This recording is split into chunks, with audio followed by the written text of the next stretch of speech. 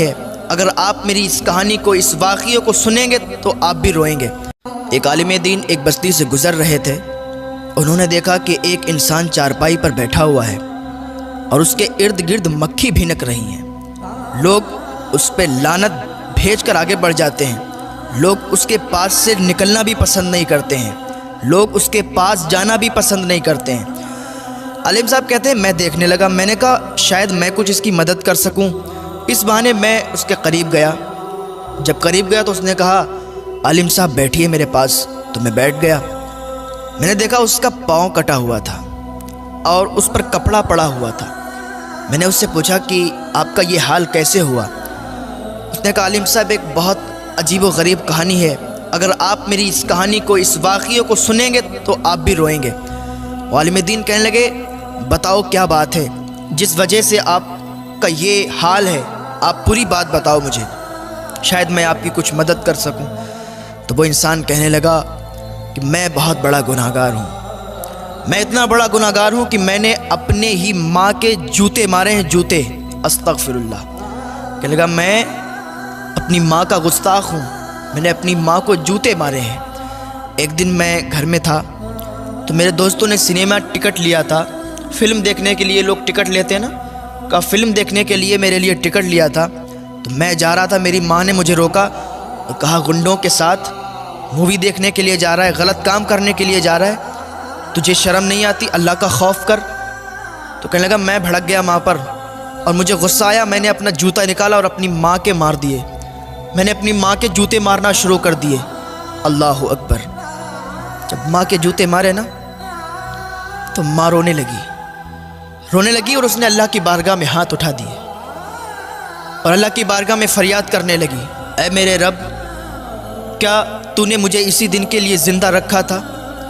اے میرے رب، کیا تو نے مجھے اسی دن کے لیے، یہ دن دیکھنے کے لیے مجھے بیٹا دیا تھا کہ آج میں بیٹے کے ہاتھوں سے جوتے کھاؤں؟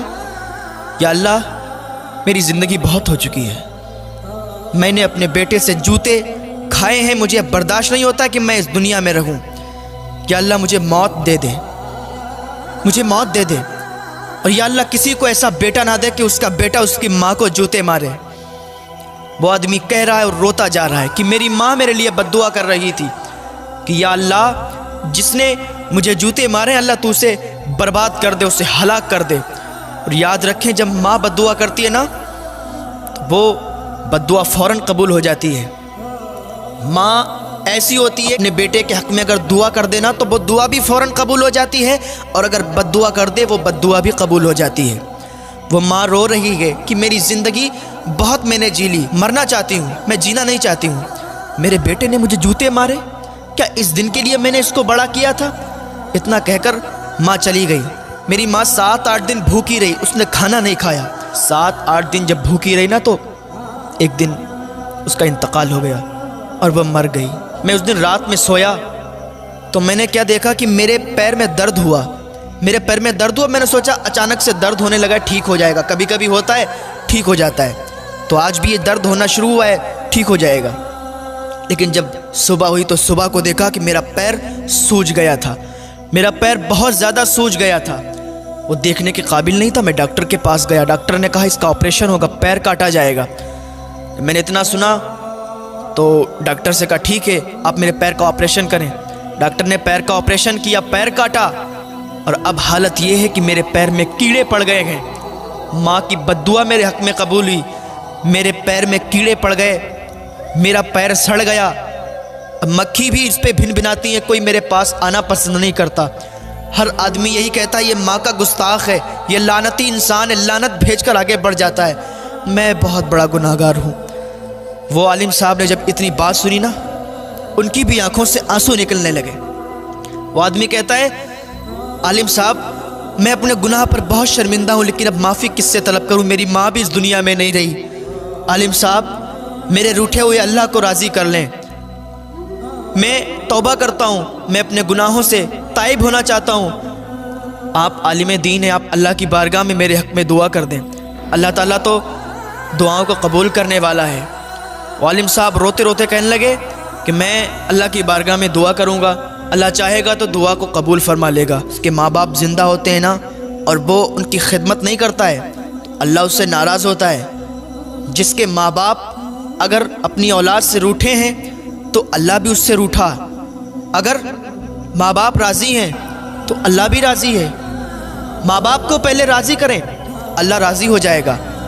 تو ماں باپ کی خدمت کریں، کیونکہ ماں باپ کا یہ آسرا ہوتا ہے کہ میرا بیٹا میری بیٹی جب جوان ہوں گے تو یہ ہمارے بڑھاپے کا سہارا بنیں گے۔ لیکن ان کی امیدوں پر اس وقت پانی پھر جاتا ہے جب اولاد کہتی ہے تم نے میرے لیے کیا ہی کیا ہے، تمہیں کچھ کرنا نہیں آتا، تمہیں سماج کے طریقے سے چلنا نہیں آتا، تمہیں زندگی گزارنا نہیں آتا، تمہیں اس دنیا کے مطابق جینا نہیں آتا، تمہیں کوئی طور طریقہ نہیں آتا۔ وہ ماں باپ جس نے اپنے بچے کو اتنا بڑا کر دیا، پال پوس کر اس قابل بنا دیا کہ وہ دوسروں سے بات کر سکے، اس قابل بنا دیا کہ وہ کہیں اچھی جاب کر سکے، اس قابل بنا دیا کہ اچھے انسانوں میں بیٹھ سکے، اولاد کہتی ہے تم نے کیا ہی کیا میرے لیے، تم کیا جانتے ہو۔ جب یہ بات کہتی نا اولاد تو والدین کے دل ٹوٹ جاتے ہیں۔ خدا را اپنے والدین سے سچی محبت کریں۔ اگر آپ اپنے والدین سے محبت کریں گے تو اللہ آپ سے محبت کرے گا۔ اگر آپ اپنے والدین کو راضی کریں گے تو اللہ آپ سے راضی خود بخود ہو جائے گا۔ آ جائیں اللہ کی بارگاہ میں توبہ کر لیں۔ اگر اپنے والدین سے روٹھے ہوئے ہیں تو آج ہی ان روٹھے ہوئے کو منا لیں، ورنہ ٹائم نہیں ملتا ہے، وقت نہیں ملتا، انسان دنیا سے چلا جاتا ہے۔ آ جائیں اللہ کی بارگاہ میں تائب ہو جائیں۔